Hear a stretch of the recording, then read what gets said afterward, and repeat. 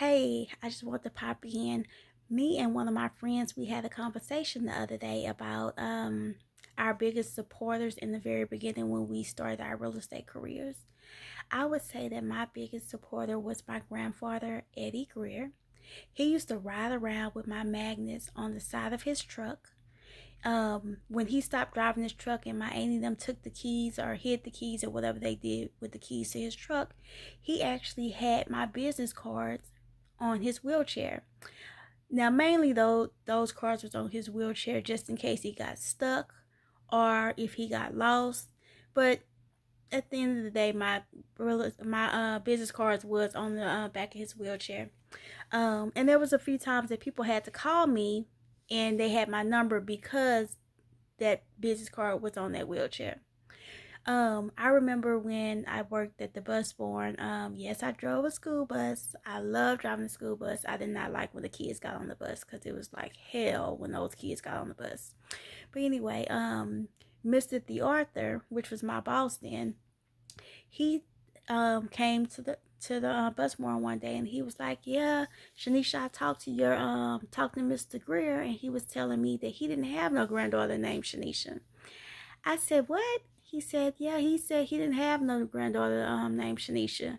So I left from that bus barn and I went and I talked to my grandfather and I told him, I said, "Now, Papa, you do know my name is Shanisha, right?" And he was like, he said some guy had told me that your name was Shanisha. He told me I didn't know that's who they was talking about. I said, "Yes, Papa, my name is Shanisha. My legal name is Shanisha Greer."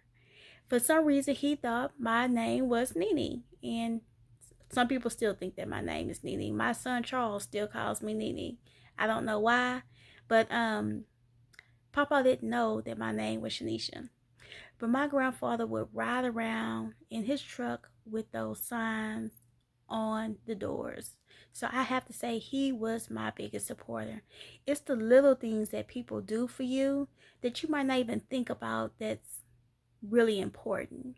Um, I remember a time when we actually went to a family reunion in Louisiana, and my grandfather decided he was not going. He stayed in Texas City. The next morning when we got up, my grandfather had then drove 4.5 hours to Louisiana, Manny, Louisiana. And the reason we knew that is because that truck with my signs was parked outside at that camping ground that we were at. And he was in the truck asleep.